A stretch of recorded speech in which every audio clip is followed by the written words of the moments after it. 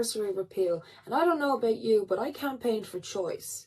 Do you think we have it? We were promised no more travelling for abortion services, free contraception, religious-free sex education, and exclusion zones outside providers' premises. And we don't have those. When we marched, campaigned, postered and leafleted, we did it to ensure no more stigma and shame, that anyone who required an abortion could have access to one.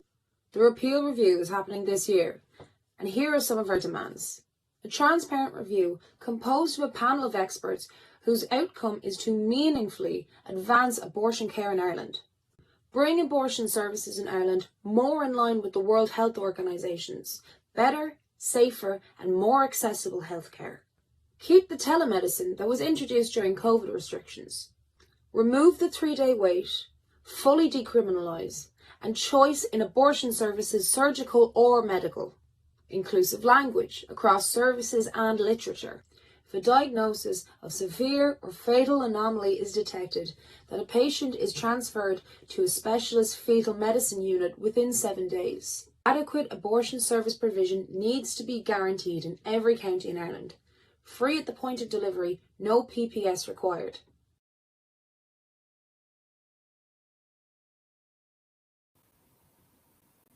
Hi everyone, welcome to People Before Profit Repeal Review Time for Choice meeting. That was Bridget Purcell, who is our candidate in Dublin Bay South by-election. Just giving a little quick overview of some of the items that will be discussed at our meeting tonight. It's the 3rd year anniversary of Repeal the 8, the momentous victory that we had. And I remember this time 3 years ago, I think we were waiting on the exit polls to come in, but people pretty much thought, you know, yeah, we've got this, we've done it. And of course we had, you know, for 30 years, fair play to us for doing it, but we haven't exactly gotten what we wanted. A lot of us went out there and campaigned for choice. We campaigned for free, safe, legal, accessible abortion, and we don't have that. And what we do have isn't really fit for purpose at the moment. There's many people being left behind. There was many people left out of the debate at the time of the referendum, and they're still being left behind by the legislation that's there. So we know that this year we have been promised a review of the legislation. So we have a few people here tonight to talk about that. On the panel tonight, we have Fiona Ferguson, who's a People Before Profit councillor from Belfast and an abortion activist. We have Sharon Shiadu from United Against Racism. We've Joanne Neary from the Abortion Rights Campaign. And we have Dr. Onku and TD Breed Smith, who are all going to give us a little bit of a rundown on where they see Ireland at the moment regarding reproductive health and what we should be fighting and campaigning for yet again for this repeal review. So without further ado, I'm going to hand this over to Fiona Ferguson. Yeah, thanks, Emma. And when I was asked to do this, I kind of couldn't believe it was 3 years because time has flown by. And then I was kind of hit with a wave of memories from what happened 3 years ago. It's actually a good story for many of us in Belfast, because when the exit polls came in, there was a BBC festival in Belfast and Orbital were playing.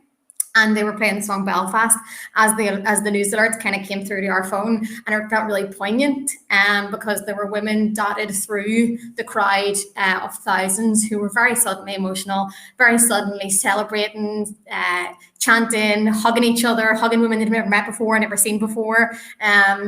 The song that Orbital were playing wasn't called Dublin or Cork or Galway, but it still felt poignant because so many of us in that crowd had been travelling down across the border, canvassing, blasting on social media for weeks, and the canvassing days were long.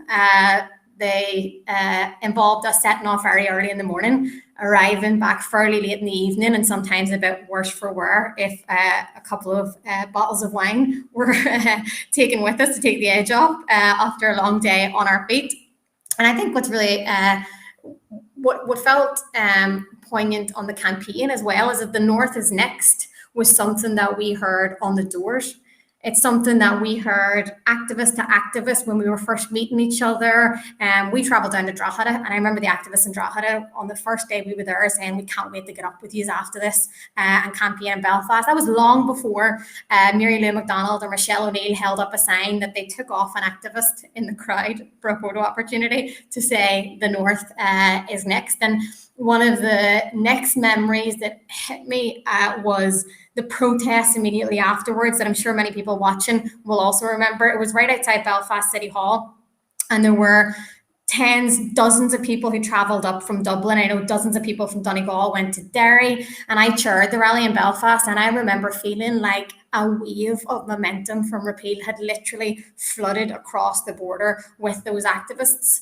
Now, we'd obviously been campaigning, activists in the North have been campaigning for decades, as activists in the South had, as Bridget rightly referred to in the opening video.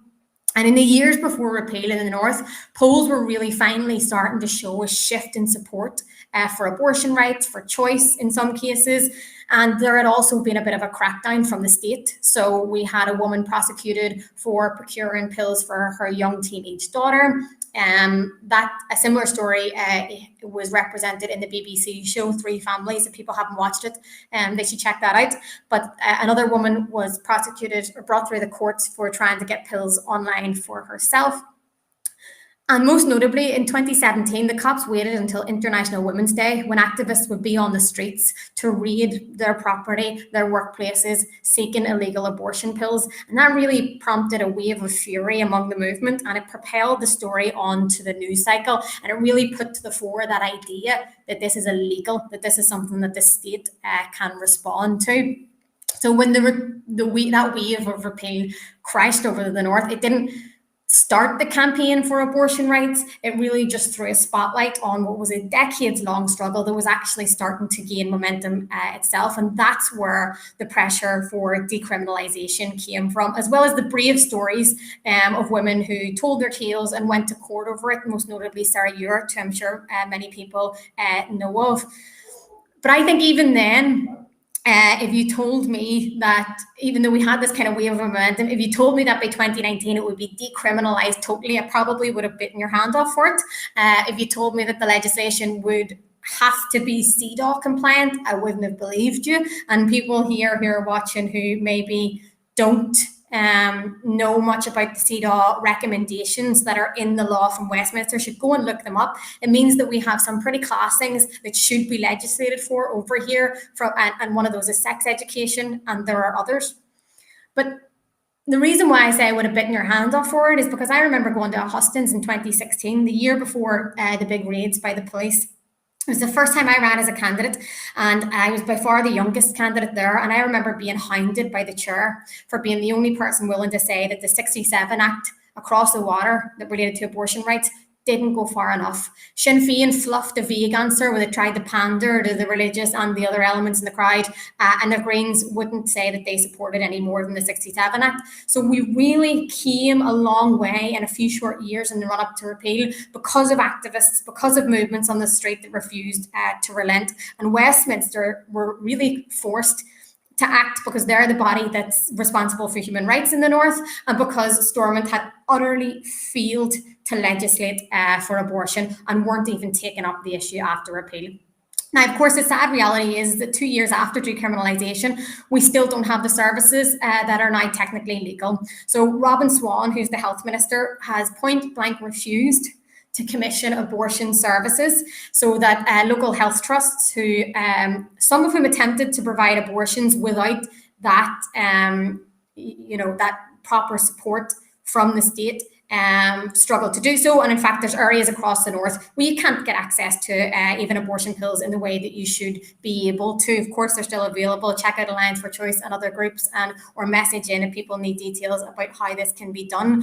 But through the normal legal channels, people still have to travel, despite the fact that this was legislated for in Westminster. So what Westminster legislated for was abortion on request, signed off by just one healthcare professional right up to 12 weeks. Then anywhere between 12 and 24 weeks, you could get an abortion if there's a greater risk to the person if they carry to full term than if the pregnancy's ended early. That has to be signed off by 2 healthcare professionals.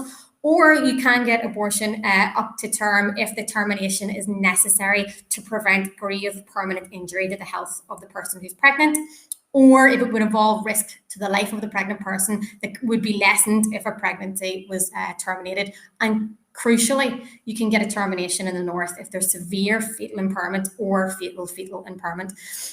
Now, as Grady Horgan, who many of you will know from Alliance for Choice in Derry, rightly says, I think, and this is something that needs to be said more often, pregnancy is a bloody dangerous endeavour for any pregnant person who decides to carry to term, considering what our bodies will be put through, particularly during birth, and particularly because for some women, because of the kind of things like institutionalised racism we see right across the world, the risks are higher of doing that. And so that clause, which allows abortion if there is risk greater to the life of the pregnant person than if the pregnancy were terminated, is really crucial. I'll come back to some of those.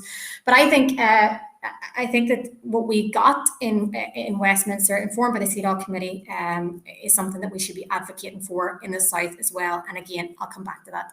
But I think it's fair to say that Robin Swan and his failure to provide basic legal healthcare makes his role as a health minister untenable. He claims that he won't do it because this is a contentious issue, something we hear about the Irish language and other things that politicians in the North are dragging their feet over. And so he wants the entire executive to have to take up the responsibility of commissioning services. What that says to me, he's either a coward who doesn't want to take a decision on a situation he thinks is contentious, or he's a pro-lifer who doesn't want to put in place legislation because he's opposed to it. And frankly, I don't think it matters either way, because ultimately he's failing pregnant people every day. Now, the problem, if he does successfully back this to the executive, is that that's the same executive who were utterly incapable of legislating for abortion for decades. That's the dinosaurs in the DUP, who outright oppose our rights utterly. That's Sinn Féin, who actually have a much less progressive position than I think people in the South might know about, because their position mirrors repeal. So anything that was brought in and repealed, they were able to support. But what it means is that some of the things you're going to hear about in this meeting that we need to do better on after repeal, they won't be able to support. It also means they can't support the full Westminster legislation. And they were caught out by this, as people might have seen a couple of months ago, when the DUP attempted to roll back on some of what was legislated for at Westminster, and Sinn Féin couldn't oppose them. Despite all their nice words on the night, they couldn't do what needed to be done to vote against the DUP attack on abortion rights. The SDLP have begun to crack on this issue, but only a couple of their members are willing to vote for it. And like the Alliance Party, they have a conscience position, so not a pro-choice one. So just a quick final point. What do we need to see? I think that's the most important part of this meeting. 3 years after repeal, North and South, what do we need to see to make sure people have proper access to abortion and don't have to travel? I think we need a campaign. One in the North that builds pressure to legislate for abortion. There's an election next year, and I think we should use that to our advantage.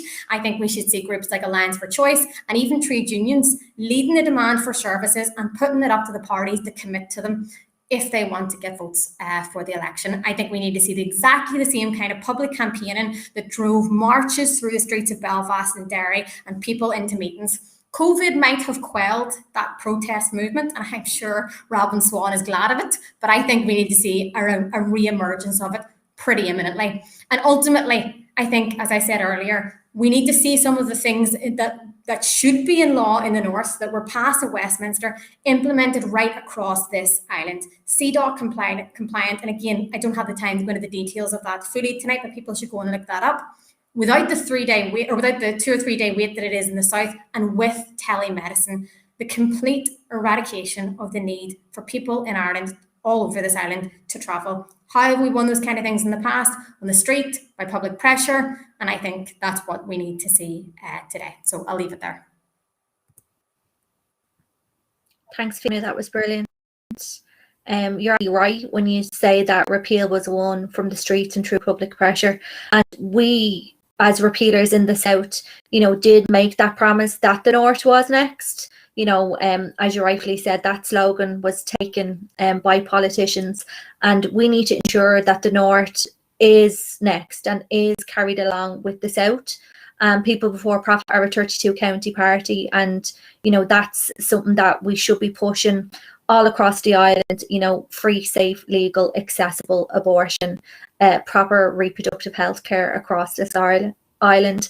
The next person that we have speaking tonight is Sharon Shiradu. She is an activist from United Against Racism, and she has her own unique perspective on the reproductive laws in Ireland.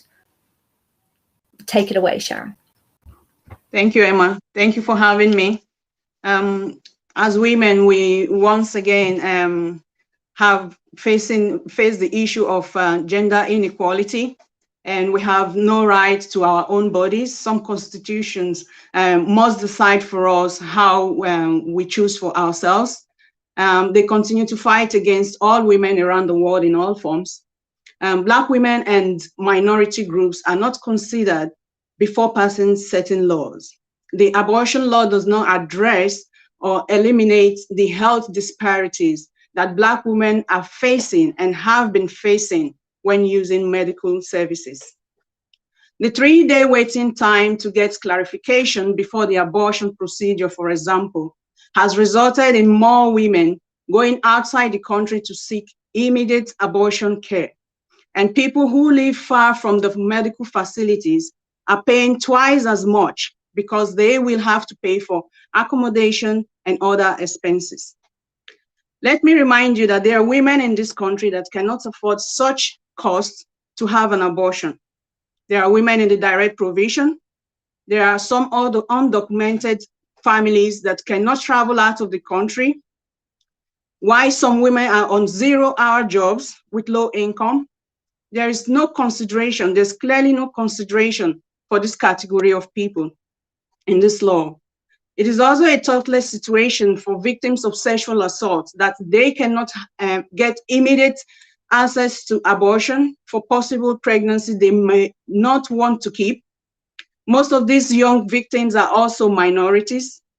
They also should have complete right to determine how to become parents, when to become parents, not the law forcing them to become one. A 3-day wait is enough for a victim of such to take another route, to get rid of this kind of pregnancy. They could harm themselves or try to seek unsafe abortion due to the psychological effect that follows such humiliation. The law does not protect these young people in any way, and we demand that it be reviewed and revoked. We all know the health disparities among minorities. Black women face the risk of discrimination every single day while using medical services. The law does not protect them as well, and instead exposes them to unsafe abortion.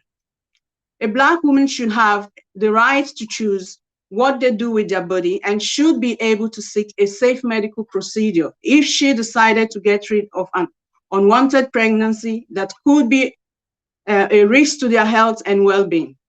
It is a human right. Everyone has the right to life and health. Everything we do with our body should be our choice. The law not only costs more money when sending women abroad, but it also forces Black women to fall victims to quack and affordable doctors. So seeking unsafe medical services for these potentially unskilled professionals often result in the death of many Black women. Unsafe abortion is still one of the leading causes of death among Black people, among Black women. This can be preventable through safe and legal abortion services for all. Black women have suffered enough. We've been through, we've faced too much, enough racial discrimination. And this law makes access to safe abortion care and reproductive care even worse. So we demand the repeal of the 8th Amendment for the correction of and for the protection of women of color. Thank you. Thanks, Over to you, Emma. Thanks, Sharon. We really appreciate that perspective. We know often during the campaign, many voices were left out, and we know that a lot of the migrant community felt like their voices weren't heard. And you made some really good points about, you know, the inequality that people of colour face throughout society, but specifically in accessing abortion services in Ireland. So thanks so much for raising those points. And the next speaker we have is Joanne Neary. She's co-convener of the Abortion Rights Campaign and a formidable activist from Leitrim. She has travelled to Malta, encouraging them to also get on board with abortion and start legislation over there. She's a brilliant woman, and I'm delighted that she's here tonight. Hi, Joanne. Hey, how are you? That's a lovely introduction. Thank you. Yeah, so I've been with the Leitrim Abortion Rights Campaign for a number of years now, and I suppose it probably is right to point out that I'm a woman from Leitrim that travels around and kind of spreads the word that if we can legalise abortion in good old holy Catholic Ireland, where every woman is literally expected to be self-sacrificing and accept everything that comes her way, be that domestic violence or intimate partner violence or unplanned pregnancy, if we can do it, I think they can do it anywhere else. And again, I would agree that that campaign, Repeal, was brought, and beyond that, for 35 years, you know, people were having conversations in their kitchens, and eventually that ended up, you know, 35 years later with thousands of people taken to the streets and eventually legalising abortion. And I suppose it has to be recognised as well that it was an all-Ireland effort, and I think Alliance for Choice and all our northern comrades have to be commended for their efforts and put in as much work as everybody else did, I think, in the 26 counties. But yeah, I'm like, I don't want to look back at Repeal. I think the way I look at Repeal is like it was one part of the battle that has to be won in the war, in the war for, I suppose, reproductive rights. And I think that we will probably do well to look at things like choice and gender equality in a more nuanced way. And I know, Sharon, you brought up a lot of very important points. You know, I mean, choice isn't the same for everybody. My choices are very, very different to somebody in direct provision or somebody who is without a PPS number. So whilst we welcome the legislation, and we did, and we were all thrilled with it when the exit polls came in, first of all, it is and it isn't a win for gender equality. I mean, I don't think it's a win because I don't know of any legislation pertaining to men's reproductive rights, you know, and I don't know of any other healthcare where that's legislated, or, you know, it's where it's suggested that it needs to have, I suppose, legal constraints on it. So with that in mind, like, I mean, the review is welcome, but I suppose we'd be right to be worried about the review as well, because the review that has been proposed is not the review that we were promised. And we were promised throughout the debates many times that we would be given a comprehensive evaluation of the legislation when the time came around, and that it would be an open and transparent process, not an in-house were the words used by Simon Harris. And this was, I mean, Minister Donnelly was very much in favour of all of this, and it's gone on Dáil as well that if they were to change their mind about this, that they'd be telling us why they've changed their minds. So I'd like to know why the proposal, you know, what we were promised. And to be honest, I don't trust an internal review of this, and I don't accept that people are like, I don't want to revisit old debates, but I don't want to hear that being used as an excuse by politicians. You know, maybe we should do this as a desk job because none of us want to go back to Repeal. Well, tough. we don't want to have to continue to travel. And even throughout, you know, the pandemic, you force them to do that because our legislation is it's so rigid. So we'll be calling, I suppose we'll be calling the government out for lying about the review. We want them to explain to us why it's not going to be an external independent review, and maybe they'll change their minds on that. And they should change their minds on that because it warrants and deserves a full and external review. And again, just as the introductory film said, we want to bring that in line with WHO, the World Health Organization's recommendation. So we want this review to be designed to just focus on the legislation, just that, how well it's working and how well it isn't working. And it needs to be designed to access, because this legislation isn't fit for purpose and it doesn't provide the care for everybody. In some ways, it's more restrictive. It's definitely more restrictive for providers. And so the things that we'll be looking at in our submission, we want, again, we'll go back to our free, safe, legal, local.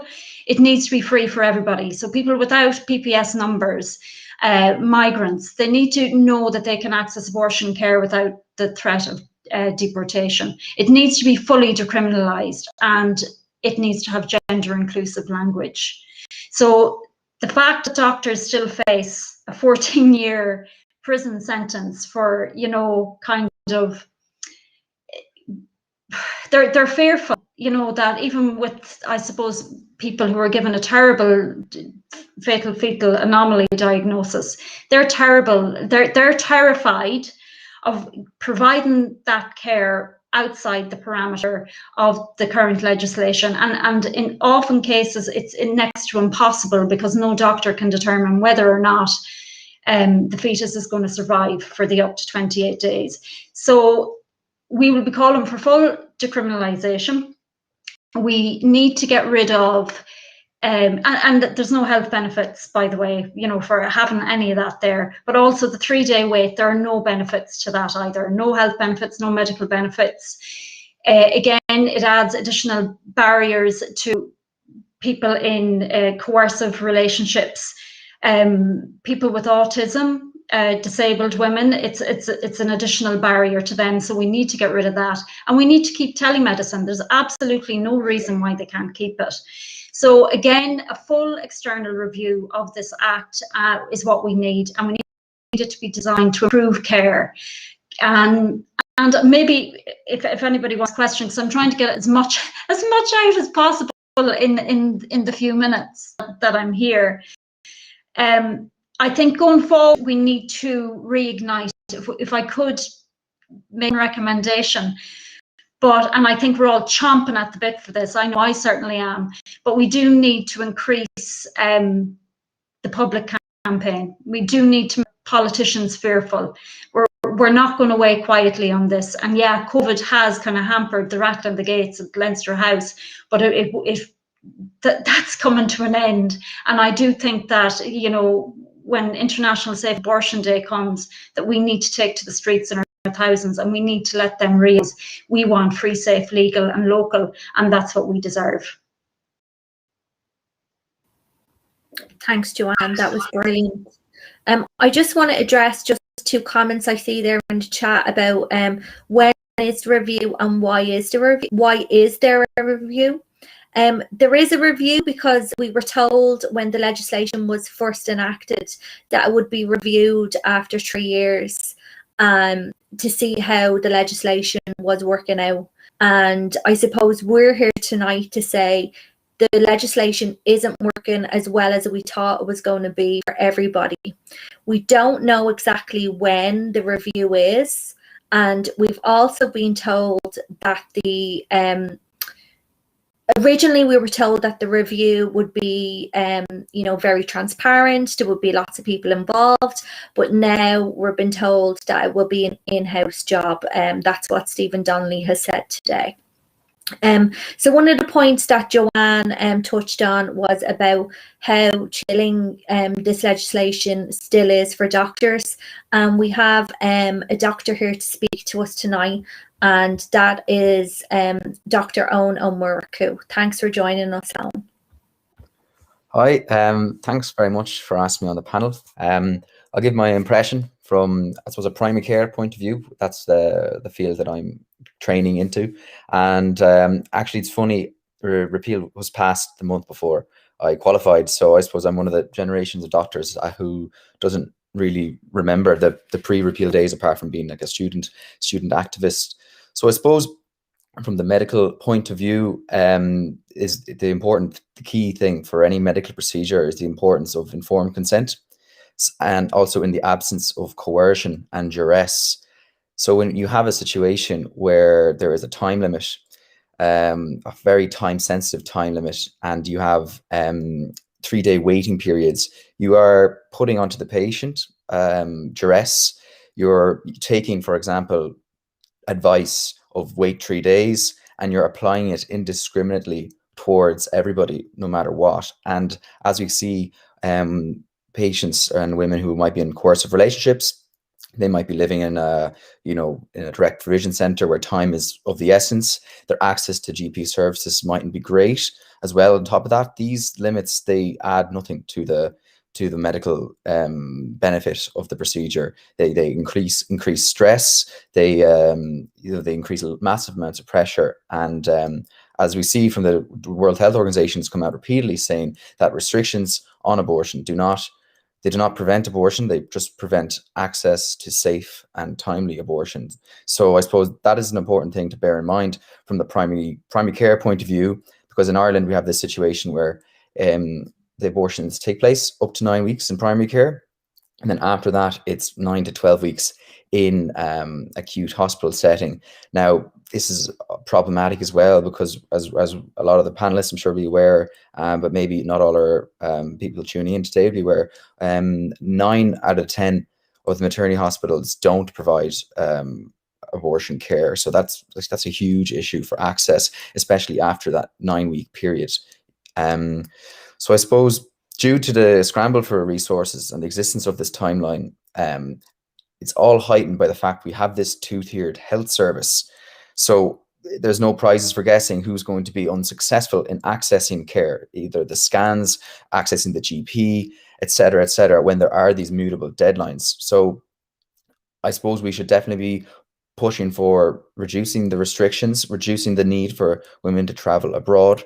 But as well as that, a part of our argument as socialists and people that care about egalitarian access to healthcare is a safe single-tiered health service. So I think the campaign for an all-Ireland NHS has done a very good job of this. We need hospitals that are not under the care of religious orders, but they're under the care of the public, under the ownership of the public, and you have no discrimination based on economic or racial disadvantage. Sharon spoke very well and very eloquently about the healthcare disparities that exist for racial reasons in Ireland, and that's only even more exemplified when it comes to reproductive and abortion care. The 3-day wait itself, it lacks precedence in medicine in general. There's no other procedure and no other medical situation where that would be forced on a patient. So I suppose the evidence that's out there is that restrictions don't reduce the number of abortions. They reduce the number of safe abortions that happen and the abortions that take place locally in a well-supported environment. So I think the ideal model is as soon as possible and as late as necessary. So we have the situation at present, which we thought we had. The average person in the street, if you ask them about what repeal achieved, they'll say, well, we stopped women having to go, or people have to go access abortion on via ferry to abroad, whereas that's clearly still happening today. So I suppose primary care crisis that we have, I see a few comments coming in, that is inseparable from the abortion rights crisis, because you do have access to GP services being massively hit, especially in the wake of the austerity the austerity agenda that came in over 10 years ago under Fine Gael. So, you know, you have 1 in 10 GPs being able to offer abortion services. So you'll have to find a GP, and if that GP doesn't provide it, they have to refer. And at present, there's no real structured infrastructure for an immediate referral. So all of this is just a restriction of access. And like we've said before, and the panelists have said before, the restriction of access, all it does is reduce access to safe abortion and you know, early care, and reduce complications. So I suppose another question that comes up is about conscientious objection. So I suppose the position of conscientious objection that you see, you know, the kind of commonly held one, is that it should be accommodated as long as it does not affect access to care, as long as it does not affect the care that women get. So I suppose the answer to this is increased investment in training places for general practice, for gynecology, increased number of grants for GPs that are training in women's health and reproductive health. At present, trainees have to, you know, put up the money straight away for themselves to fund it, and then they can claim back some of it in the future, whereas that is a barrier to access for training, and we want to have as many GPs and doctors as, you know, able to provide the service as possible. So if you look at the figures, 80% of abortions take place in general practice, and it's less than half the cost, whereas 20% of abortions take place in acute services, and it's 60% of the cost. So if you actually invest in primary care, you will actually get better access, and you'll improve access. You'll have earlier access, less of a need for deferring into acute hospital settings because of delays. So yeah, I suppose an important driver that I saw behind repeal was the ferry to England question. So from a medical point of view, that 12-week window is just very, very tight. You could have a situation even where the beginning of a medical abortion was started, and if that's not successful, that for the medical treatment of an abortion, there's a chance that it mightn't work. And if it's unsuccessful and you're into, you know, week 12, day 1, then all of a sudden you still have a quote unquote viable pregnancy, but a failed abortion. So those patients have to, if they want to continue with the abortion, they have to source it themselves. They have to go abroad. They have to travel to no small cost to themselves. And the entire ordeal is it just isn't really what people thought that they were voting for in repeal. And I suppose the review comes at a very timely period. And again, I have to mention the chilling effect of criminalization. If you don't provide abortion in the very tightly specified conditions that it's outlined in the TOP, GPs and doctors can face massive prison sentences. So I'll finish up there. Don't mean to ramble too much, but yeah, I suppose we should look at the review and listen to the women's experiences. Thanks. Thanks, Owen. That was great, and really good to hear from a professional doctor how they're finding. I suppose something that has come out from this conversation tonight is kind of how much what we fought for when we fought 3 years ago isn't what we have achieved, and how we must continue to fight. And one of those women who fought for a very long time for this and fought in the Dáil, wore her repeal jumper in the Dáil, shook abortion pills in the Dáil, and has been very vocal on this issue. Made sure it's said on the floor of the Dáil is People Before Profit TD Breed Smith. So Breed, maybe you could give us some indication of what we should be doing now. What should we be doing now to ensure that these issues are rectified? Okay, thanks, Emma, and thanks everybody for being here, and happy anniversary to all. A word of warning, a health warning here, is that I'm having to do this meeting from my mobile, and a message keeps coming up telling me it's not the best experience, you should go onto your laptop, but the Dáil laptops in here won't allow StreamYard, so I'm stuck with the mobile. And if I clamp out or disappear, just continue with the meeting without me, because it's too disruptive otherwise. And I apologise profusely that that's the case. What do we do now? Well, the first thing I would like us to remind ourselves is that the reason we have these kind of limitations on the law is not because people didn't want what we were fighting for, that the 66.4% didn't support us in what we were fighting for, which was choice. Quite the opposite, because these parameters were set by Simon Harris in advance of the referendum in order to say to people, well, look, this is what it might look like. It'll be limited, it'll be restrictive, it'll be this, that, and the other. But remember when the actual day, this day 3 years ago, the polls would have been closing about now in an hour's time or so, RTE did an exit poll. And their exit poll was really interesting because, and these are usually pretty scientifically, reliable, these exit polls. The exit poll showed that the roughly around the 66% of people that they interviewed said that they were voting yes for choice. When they were asked, why did you vote yes? It was for choice. And to give women that choice. And so I think the country is in line with what we as activists want, and that we're not out of step with what the vast majority of people see as the safe and correct and morally right thing to do here.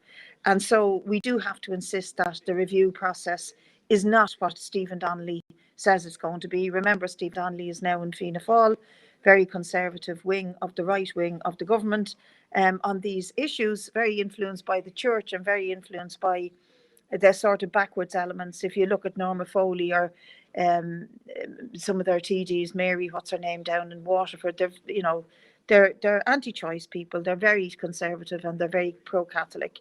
And I'm sure that thread is running through their decision to have an in-house review. Rather, we should have and insist that the focus of the review is not to, beat ourselves up about what's happened over the last 3 years, but to say we have to set out to improve abortion services for women, in line with I would say the WHO guideline. When you read the WHO definition of it's understood as a state of complete physical, mental and social well-being, and not merely the absence of disease or infirmity. Now that for us would allow us to interpret health contextually and put the lives of women into the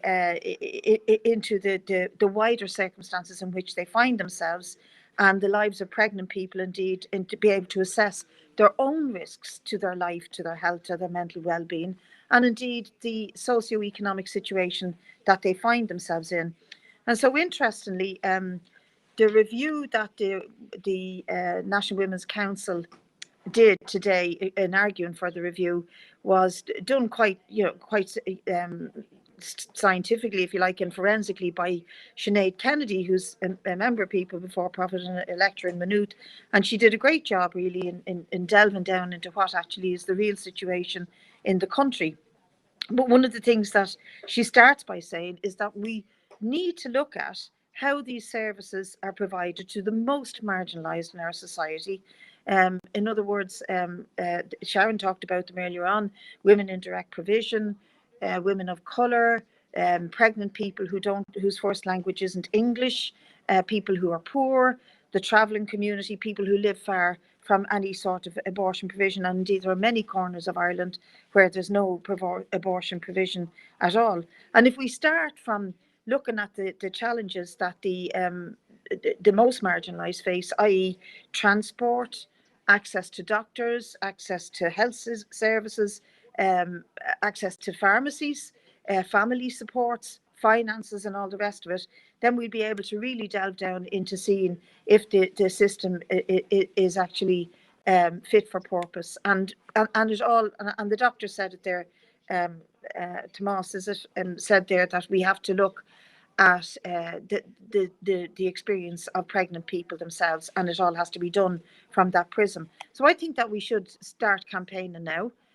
Now that he has finally opened his mouth and Stephen Donnelly has said that it is going to be an in-house review, we now have to start kicking back against that. So I think it would be timely, perhaps, for ARC and People Before Profit and the Alliances for Choice and Equality that did such a wonderful job in launching this campaign together, the last time round, to sit down around the table and to look at how are we going to campaign for a review that is truly independent, that is carried out by an independent person with a specialisation in reproductive rights and equality-based healthcare, and a panel, if you like, of experts, including, importantly, the service users, the providers, and reproductive rights advocates who go through it, recommendation by recommendation. How is it working out? The provision of abortion under 12 weeks. Can we continue with telemedicine? What do we do about the fact that 10% of doctors, only 10% of doctors, have actually signed up to provide abortion care? That's quite a shocking statistic. And Sinead Kennedy gives some reasons for that, one of them being that there's a chill factor around protests and far-right protests and anti-choice protesters seeking them out. Well, that might be true, but then they need to talk about safe zones, which is something they promised to look at and never did. But we also need to, if you like, have an open health system that doesn't see this as a dirty problem that you hide. People should be free to talk about it. Doctors, consultants, nurses and medical providers should be actually feeling proud and free to talk about it. So there are obstacles to be gotten over even after this last 3 years. The question of provision abortion after 12 weeks is really important, and Dr. Murku put it so well there, and I won't repeat what he said except to say that in the review, Sinead also shows that there are increasingly pregnant people and women having to leave the country to access abortion service because of that 12-week cut-off point. And as was described, if you have a failed abortion, but you still have a crisis pregnancy, that puts you in a limbo, which means you do have to travel. And there's definitely so many cases of couples, families being faced with fatal fetal anomaly, having to leave the country. I had one of them come to me within the first 6 months to a year of the legislation. The Coombe Hospital were able to tell this woman and her partner that their baby would not survive, that it was definitely going to die, but they couldn't say that after she had given birth that it would die within the 28 days. It could have been longer. And so therefore, if they couldn't definitely say that, they risked the ire of the law, because it would be illegal for them to fall foul of the law. And there's a huge chill factor there for medical professions and doctors. And then there's the whole provision of services to the marginalised, to the poor, to people in direct provision. And how do we look after that? How do we provide for that? How do we not leave anyone behind and make sure that everybody has equal access, that it's safe, and that they're not sort of forgotten about and dumped into one corner. So the changes that need to be made for the Termination of Pregnancy Act, along the lines of decriminalisation, greater access, being able to have an abortion after 12 weeks in Ireland, improving the level of services. Indeed, only about half of the maternity hospitals provide abortion services. And the really kind of scary thing that we were protesting about today, and people know about the issue, is that the National Maternity Hospital may indeed not have, complete independence from the Catholic Church. We haven't got clarity around that. As it stands at the moment, it does look like the nuns, the Sisters of Charity, will still have a say on the board of management, which is completely unacceptable and intolerable. And when I left that protest today, the campaigners were talking about having a major demonstration in Dublin on that issue towards the end of June. I know there's a protest against fascism in the far right on the 19th of June. So if this campaign, ARC and People for Profit, do get together to try and mount something, it might be useful to link in with whatever the National Maternity Hospital campaign are planning, because there's no point in having two separate demonstrations about the question of full abortion access for pregnant people and women in this country. There's loads of other things about the exclusion zones and the language of the bill to be more inclusive and all the rest of it.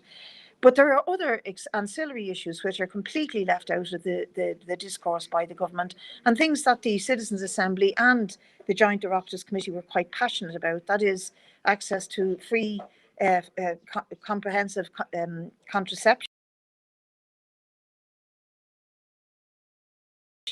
and all changing of our education.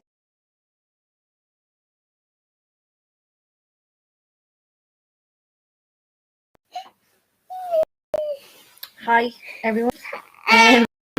Thanks for that, Bridget. I think you put out there towards Fiona, there's a question that came in earlier about church and state, about how are we still in this situation because we haven't yet separated church and state, and I would believe that that will be true. Do you think it's true also in the north? And we know as well, we haven't yet got the non-secular sex education that was promised with the review. So I really do think that we should be campaigning a lot on separating church and state. What do you think, Fiona? Yeah, okay. So, I mean, I think the premise is absolutely bang on. The fact that we still have the church in any aspect of society in the South where they're in a position of control, whether that's schools or, I think as Bree was rightly talking about there, a maternity hospital, given what we now know today, and really what victims and survivors and their families knew for a long, long time about how women were treated in mother and baby homes, what we know about how sex education has been blocked and the impact that that's had on generations of people by the church in schools. I think it's long past time that in these kind of arenas, we see a complete separation of church and state, and we see these kind of services completely run by the state for people and paid for too, I should say. And I think that secular sex education has to be an important campaign within that. Just firstly on, whether we need to separate church and state, I think it's important that we say, yes, we absolutely need to do that. But I think that secondly, we also need to pick up on the point that Bree made, which is about the way that those who are pro-life or who are regressive in the state, whether that's the DUP and others in the north, or whether that's some in Fianna Fáil and Fine Gael in the south, even with complete separation of church and state, there's a job on us to make sure that laws, and I agree with Joanne when she says that laws around abortion shouldn't exist. Like in Canada, we should have our healthcare taken entirely out of the law book. But in general, I think even with a complete separation of church and state, there's a fight on our hands to make sure that those in power represent the views of people in communities, in workplaces and on the ground. And north and south, both states are entirely out of step with communities on this island. Slightly different in the north for us, where the Catholic Church obviously doesn't have so much of an influence, but we still do see Catholic-run schools. CCMS is the Catholic Church maintained school system. I think something to that effect. I think not only do we see that have an impact on things like sex education or the way abortion is talked about in schools. My own experience was not pleasant in that regard. But we also see in those kind of schools, workers' issues and cases of strikes against management, against board of governors, and against those who are running schools. So I think we do need to see we do need to see secular education in the north as well, but there's less of an impetus around some of the things like maternity, hospital and health, the way we see in the south. That being said, my local hospital in North Belfast, the Mater Hospital, still does have church involvement, so it hasn't gone away completely, and I'll leave that there. Thanks, Fiona. That was a great answer. I think Joanne has something to add to that conversation as well. Joanne? Yeah, so just to give a bit of background, I come from one of the holiest families in Ireland, so I could spend 2 hours for looking for something, and my granny would, give St. Anthony all the credit. So that's kind of where I'm coming from. But we have to acknowledge that the Catholic ethos and church ethos is not, it's not aligned with basic human rights and basic health standards. So whilst people have the right to their faith, we also have the right to basic health care and decent sex education. So we have the right to secular sex education because it has to be factual. And when we educate our young people, we protect them. They need to be able to have healthy, pleasurable sex lives, and not be afraid. And I think for too long we were kept in the dark about these things. So absolutely we need to look at separating the church from the state, because again, it's just not compatible with basic human rights standards and basic health standards. And the other thing is, we're actually not asking for too much. And we need to remind ourselves that we're not actually asking for too much. What we're asking for is very, very basic, and we should have it. Thanks, Joanne.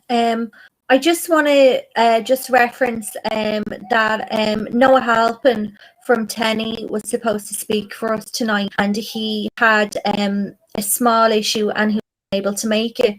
And I'm not sure exactly what he would be saying, but I just want to make the point that in any legislation and in any review, we do need inclusive language so that everyone is recognised as having a right to terminate their pregnancy if they wish, and everybody is entitled to reproductive healthcare. So I just think that that is something I know in People for Profit that we will be pushing to make sure that there is inclusive language.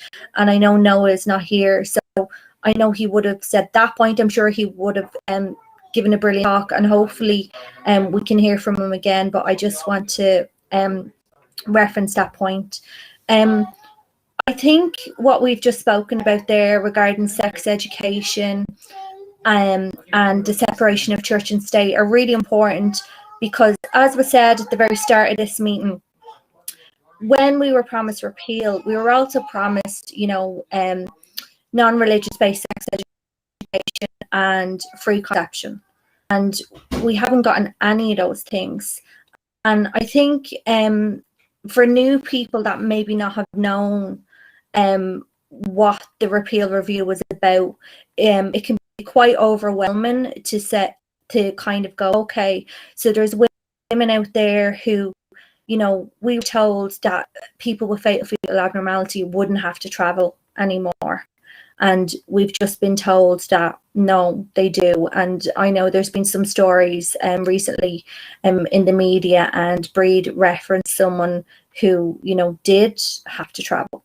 We were told that these people definitely wouldn't have to travel. These were the easy cases, and the hard cases for abortion were, frivolous women who were just going out there and getting pregnant just to have abortions.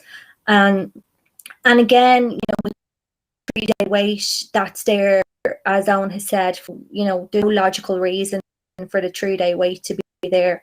And all it does is put barriers in place for women, as Sharon has mentioned.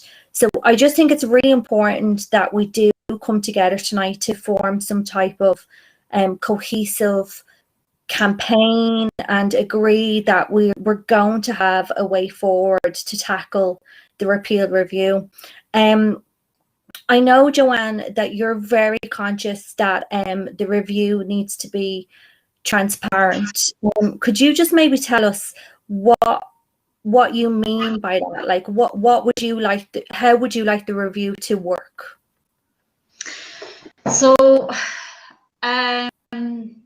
don't want it to go through politicians. So we would like an independent panel of experts. I suppose people who have knowledge of sexual and reproductive health, a background in human rights, because I think, we have to have these things in line with basic human rights. And again, just to remind everyone, we're not asking for too much. We're really, really not asking to expect that. We want an external independent chair as well. And again, that was mooted by Harris in 2018, that maybe this could be an independent chair that would be brought in from someplace outside Ireland. Again, a panel of experts, independent experts. I've said that interdepartmental. So the Department of Health obviously is the statutory kind of, the Health Committee is the statutory committee for dealing with this. And so I'm not sure that I don't know what sort of decisions government will make, but really it's what they've proposed, I think, again, kind of puts more you know, kind of, I just don't know how it will give us the outcome that we need. You know, them commissioning, them collating the research. And the other thing is, like I said, nobody wants to go back to the old debate. We do have to ensure that this is designed to improve access for everybody. Like, the thing is that they have done the GRA, the Gender Recognition Act was reviewed, and the other thing is, like, we will have people saying after COVID, you know, their rise with COVID, you know, the people that will be on this are not wanting COVID related stuff, you know.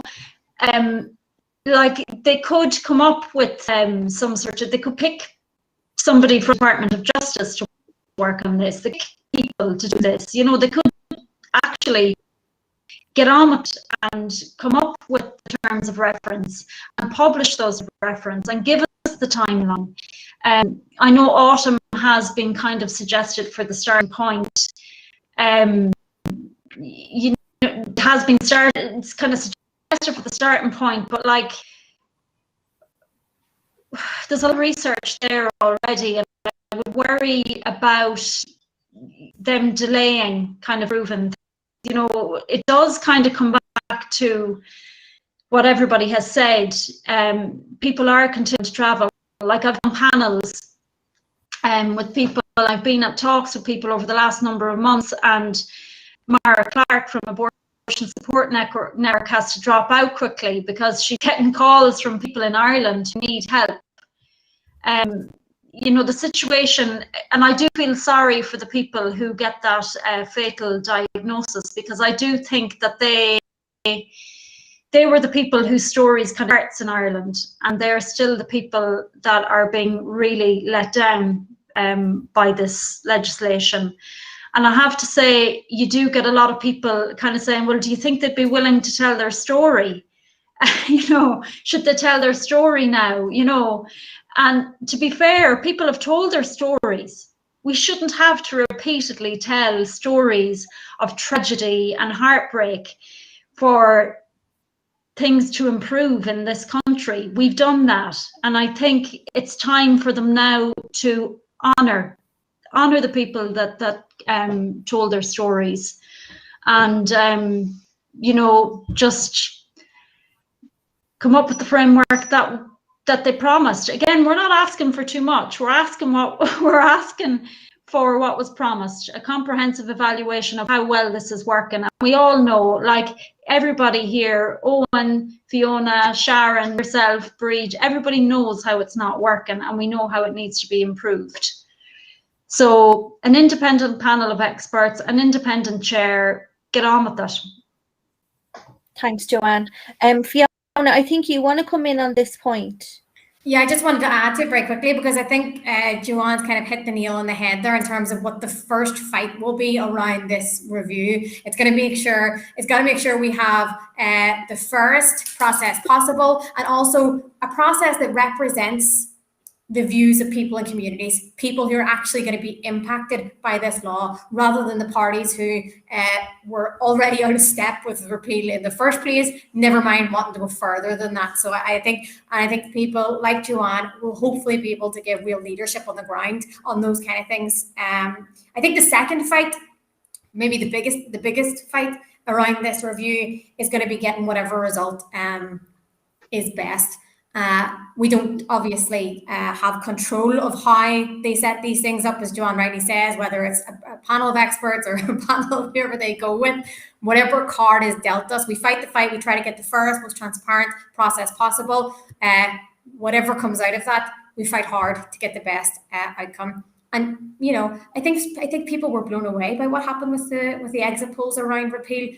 We won't be again. That won't happen again. There was a premise, as Brie Smith said at the start of her talk, laid out by those on the Dáil that this has to be restrictive because people don't want this. People don't want this to be quite radical. Well, actually, that's out the window. People do, frankly, want choice. And I think that's the premise under which we have to talk about this repeal review. We have to talk about the experience of how this is feeling. Joanne, again, hits the nail on the head by saying people shouldn't have to tell their stories, but I do think we need to knuckle down into the particulars of why this is feeling, how this is feeling, and get the word out there, because perhaps there are many more people beyond us who aren't aware, who haven't experienced the legislation in the 3 short years that it's been operated. And I think it's quite frankly a bit cathartic maybe after the pandemic, after what a lot of us have been through over the last year, to get organised, to get around comrades again, to get leaflets, to get round doors, if that's the extent of what we're going through, to get on social media, to get meetings, and to bring back the spirit of repeal, to say, you know what, we can't control this review, and this may not be perfect. Neither was the original process, and neither, frankly, is having this stuff in law either. But we got to get together. We got to fight for the best outcome possible on this. And I think the power of repeal has proved what's possible and should be possible again.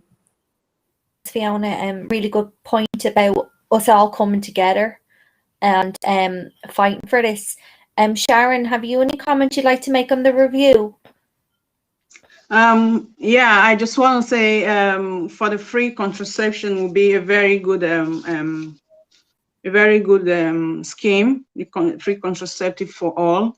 Not only because I was reading somewhere that it's like for people from 17 to 25 years of age group, kind of. I think it has to be for everyone. I think it has to go around because not everyone can afford actually contraceptives. So it has to actually be for everyone, not some particular age group. Thanks, Sharon.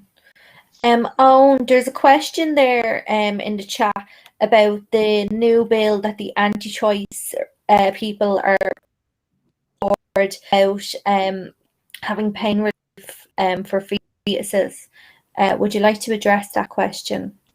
Yeah, so this is another common trope of anti-choice political activism, whereby they try and influence medical care and management through political means for political ends, which again is not something that we see in any other branch of medicine, whereby people of a certain political persuasion try and influence medical care, which should be influenced by evidence-based and professional experience.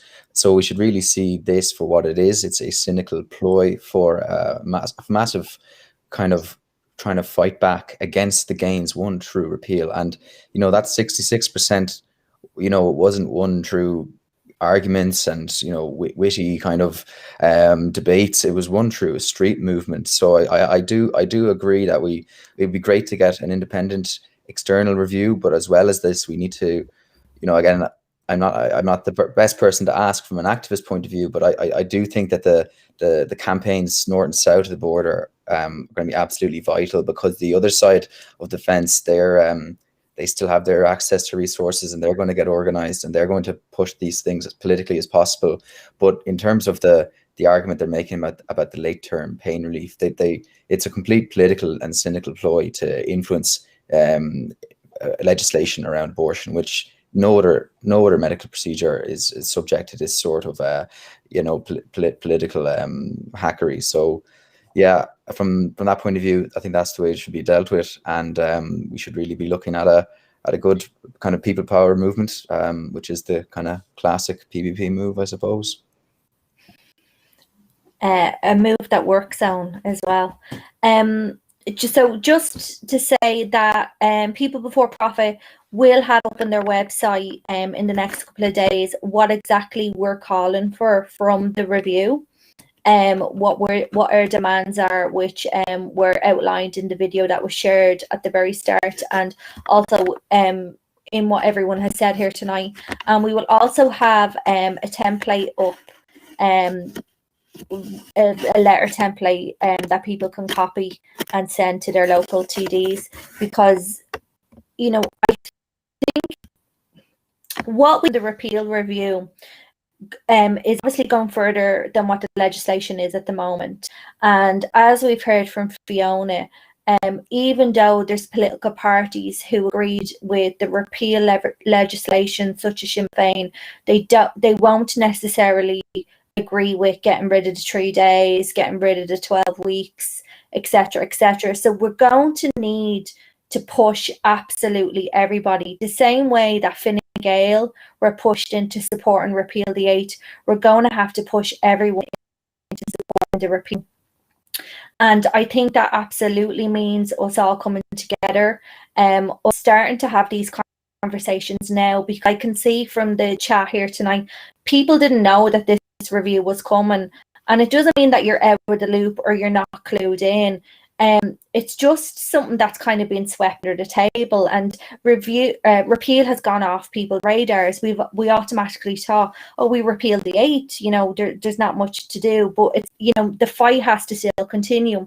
So today, while repeal is still in people's minds because people are celebrating the 3rd anniversary, this is when we need to start getting in touch with our old local groups, letting them know that there's a review coming, that we need to be, you know, knocking on politicians' doors, asking them what they're hoping to see from the review. Let's get all the parties to put what they want down. Let's see what they want, and then let's push them further to what we actually want. You know, the 3 days was originally just put in there to appease people who were anti-choice in Fine Gael. You know, let's get rid of that. Let's not appease people. We didn't vote to appease people. We voted for abortion access, and we wanted it to be accessible to everyone.